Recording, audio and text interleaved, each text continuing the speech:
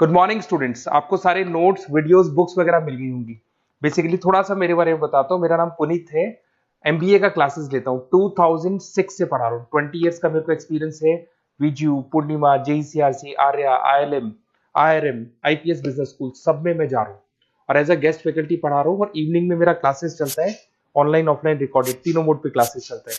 उसके अलावा एक टॉप कॉलेज है एमबीए का, आईएम अहमदाबाद, वहां मैं बच्चों को हर साल लेके जाता हूँ। मुंबई में एआई यूनिवर्सल, यहाँ पे गेस्ट पढ़ा रहा हूँ मैं। जेईसीआरसी में पढ़ा रहा हूँ, आर्या कॉलेज में पढ़ा रहा हूँ। इन कॉलेजेस में मैं पढ़ा रहा हूँ। देखिए, राइटर भी हूँ। 2008 से मैंने बुक्स वगैरह लिखना स्टार्ट कर दिया था। यूट्यूब पे सारे वीडियोस मिल जाएंगे, रिकॉर्डेड लाइव लेक्चर सब कुछ मिल जाएंगे। बस एक छोटा सा इंपॉर्टेंट डिस्कशन आप लोगों से करना था। एमबीए आप कहीं से भी करें, थोड़ा सा मेरे से आप डिस्कस करके अगर आप एमबीए ज्वाइन करते हैं तो आप थोड़ा सेफर मोड में रहेंगे। उसका रीजन बताता हूँ क्यों। क्योंकि मेरे को जो एक्सपीरियंस है ना 20 इयर्स का, एमबीए में प्लेसमेंट होगा कि नहीं होगा, कॉलेजेस कैसे पढ़ाते हैं, क्या उनका प्लेसमेंट स्ट्रक्चर है, क्या इंटरनल एक्सटर्नल इन्फॉर्मेशन है, मेन चीज अंदर क्या चल रहा है उनके। क्योंकि मैं तो रेगुलर कॉलेजेस में जा रहा हूँ तो मेरे को पता है कौन से कॉलेज में क्या चल रहा है। तो आप मेरे से थोड़ा सा एडवाइस लेके अगर आप एडमिशन लेते हैं तो थोड़ा सा सेफर जोन में रहेंगे।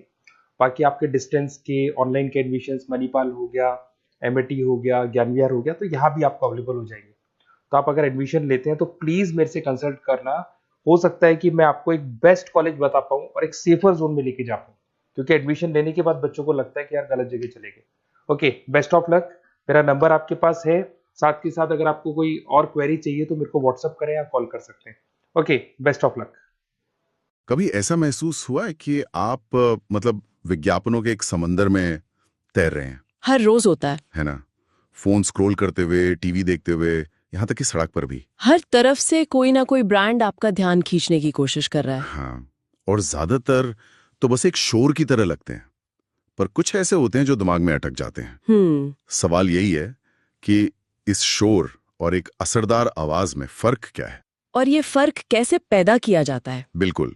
आज हम इसी के पीछे की जो रणनीति है उसे समझने जा रहे हैं। और इसके लिए हमारे पास एक बहुत ही अच्छा स्रोत है। हाँ, the strategic pillars of modern advertising. ये एक तरह से इस पूरे खेल का ब्लूप्रिंट दिखाता है। सही। लेकिन हम इसे बस एक लिस्ट की तरह नहीं पढ़ेंगे। नहीं, वो तो बहुत बोरिंग हो जाएगा। हाँ, हम इसे एक कहानी के जरिए समझेंगे। मान लीजिए हमारे एक दोस्त ने एक नया सस्टेनेबल कॉफी ब्रांड शुरू किया है। अच्छा। नाम है काफी रियल। काफी रियल, बढ़िया नाम है।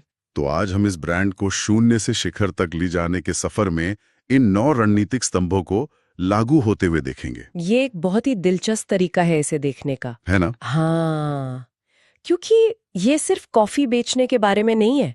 ये एक ऐसी दुनिया में अपनी जगह बनाने के बारे में है जहां मतलब पहले से ही बड़े बड़े खिलाड़ी मौजूद हैं। सही बात है। तो ये 9 स्तंभ सिर्फ थ्योरी नहीं है, ये काफी रियल जैसे एक नए ब्रांड के लिए एक सर्वाइवल गाइड है। सर्वाइवल गाइड, हाँ। हम देखेंगे कि कैसे एक छोटा सा आइडिया इन स्तंभों के सहारे अपनी एक पहचान बनाता है। तो चलिए शुरू करते हैं। काफी रियल का पहला दिन है।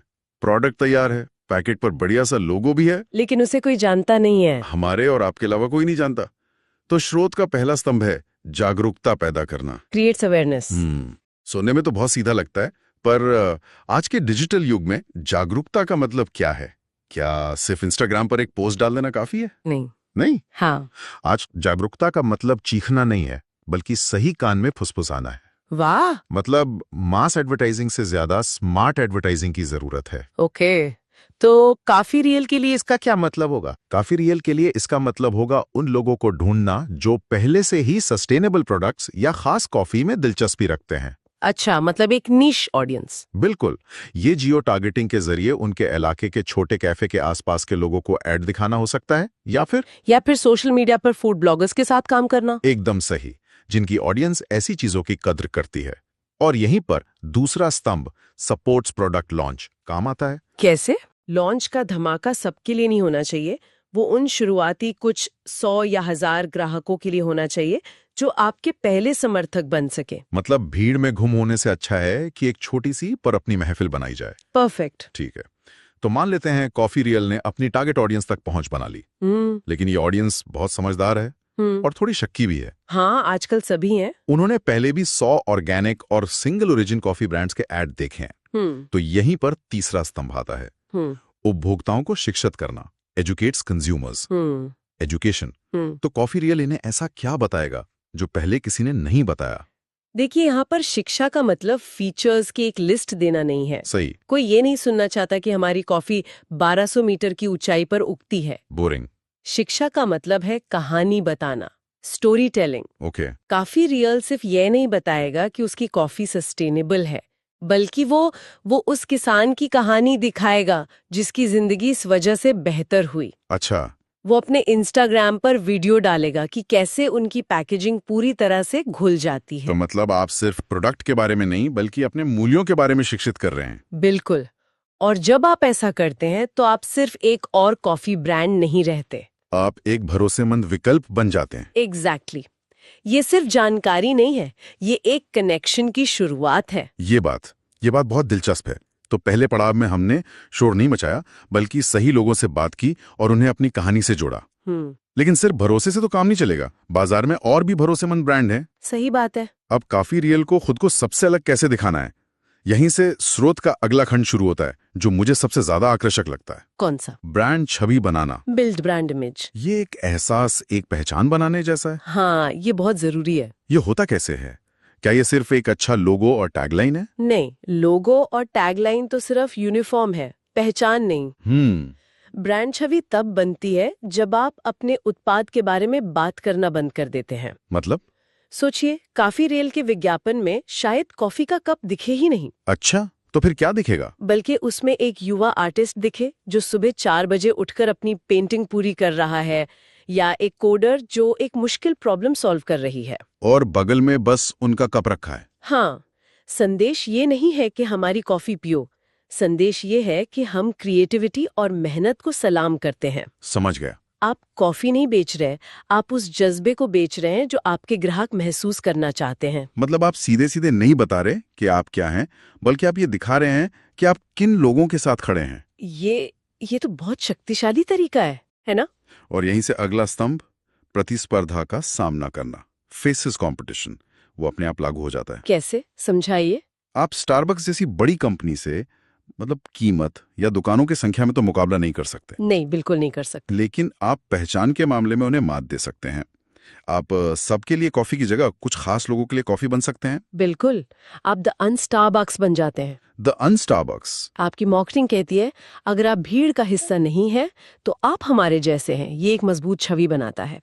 और ये हमें अगले स्तंभ पर लाता है, ब्रांड वफादारी को प्रोत्साहित करना। Okay, brand loyalty. लेकिन यहाँ मैं आपसे एक सवाल पूछना चाहती हूँ। पूछिए। क्या आज के जमाने में ब्रांड वफादारी जैसी चीज सच में बची है, जहाँ एक क्लिक पर हमें 10 नए विकल्प और बेहतर डील मिल जाती हैं? सही बात है। वहाँ कोई एक ही ब्रांड के साथ क्यों टिका रहेगा? ये एक बहुत बड़ा सवाल है। और सच कहूं तो मुझे भी लगता है कि वो जो पुरानी वाली वफादारी थी वो शायद कम हो गई है। लोग आज सुविधा और कीमत को ज्यादा तवज्जो देते हैं। अगर मेरे पसंदीदा ब्रांड से सस्ता और वैसा ही प्रोडक्ट कहीं और मिल रहा है तो आप स्विच कर लेंगे। शायद मैं कर लूंगा। हाँ, तो फिर इस स्तंभ का क्या मतलब है? क्या ये पुराना हो गया है? नहीं, ये पुराना नहीं हुआ है, इसका रूप बदल गया है। अच्छा। आज की वफादारी का मतलब ये नहीं है कि ग्राहक आंख बंद करके सिर्फ आपका ही सामान खरीदेगा। तो फिर क्या है? आज की वफादारी का मतलब है कि जब सब कुछ बराबर हो, कीमत, सुविधा, क्वालिटी, तो वो आपको चुनेगा। वो आपको एक मौका और देगा। अगर आपसे कोई गलती हो जाए तो वो आपको माफ करने को ज्यादा तैयार रहेगा। एक तरह का इमोशनल कनेक्शन। बिल्कुल, ये वफादारी एक भावनात्मक जुड़ाव से आती है। कॉफी रियल के ग्राहक सिर्फ कॉफी नहीं खरीद रहे, वो सस्टेनेबिलिटी और एक छोटे बिजनेस को सपोर्ट करने का फैसला खरीद रहे हैं। एग्जैक्टली। और ये एहसास उन्हें अमेज़न पर मिलने वाले डिस्काउंट से ज्यादा मजबूत तरीके से रोक कर रखता है। तो वफादारी मरी नहीं है, बस उसे कमाना अब ज्यादा मुश्किल हो गया है। ठीक है, ये नजरिया ऐसे और भी साफ कर देता है। तो अब कॉफी रियल की एक पहचान है और कुछ वफादार ग्राहक भी हैं जो उसकी कहानी से जुड़े हैं। लेकिन किसी भी बिजनेस को चलाने के लिए सिर्फ कहानी और वफादारी काफी नहीं होती। नहीं, पैसा भी कमाना होता है। उसे पैसा कमाना होता है। स्रोत का अगला हिस्सा इसी पर है, बिक्री बढ़ाना, इंक्रीज सेल्स। सबसे जरूरी। हाँ, तो एक ब्रांड जो अपनी कूल और अलग छवि बनाए रखना चाहता है वो 50% ऑफ जैसे तरीके अपनाए बिना अपनी बिक्री कैसे बढ़ा सकता है? ये हर प्रीमियम ब्रांड के लिए एक बड़ी चुनौती है। सही। और यहीं पर अगला स्तंभ बिक्री संवर्धन में सहायता करना, असिस्ट, सेल्स, प्रमोशन, बहुत चतुराई से इस्तेमाल करना पड़ता है। चतुराई से कैसे? आप सीधे सीधे डिस्काउंट नहीं दे सकते क्योंकि वो आपकी प्रीमियम छवि को नुकसान पहुंचा सकता है। राइट। तो काफी रियल क्या कर सकता है, वो एक limited edition creators blend launch कर सकता है जो सिर्फ उनके ईमेल सब्सक्राइबर्स के लिए हो। अच्छा, एक्सक्लूसिविटी। हाँ, या वो एक खरीदो एक पाव की जगह एक खरीदो और हम आपकी तरफ से एक पेड़ लगाएंगे जैसा प्रमोशन कर सकता है। अरे वाह, मतलब प्रमोशन ऐसा हो जो बिक्री भी बढ़ाए और ब्रांड की कहानी को और मजबूत करे। बिल्कुल। ये तो एक तीर से दो निशाने लगाने जैसा है। विज्ञापन इच्छा जगाता है और प्रमोशन उसे पूरा करने का एक खास तरीका देता है। बिना ब्रांड को सस्ता दिखाए। एकदम सही। और जब जागरूकता, ब्रांडिंग और बिक्री का ये पूरा इंजन एक साथ घूमने लगता है तो कंपनी विकास के अगले चरण के लिए तैयार हो जाती है।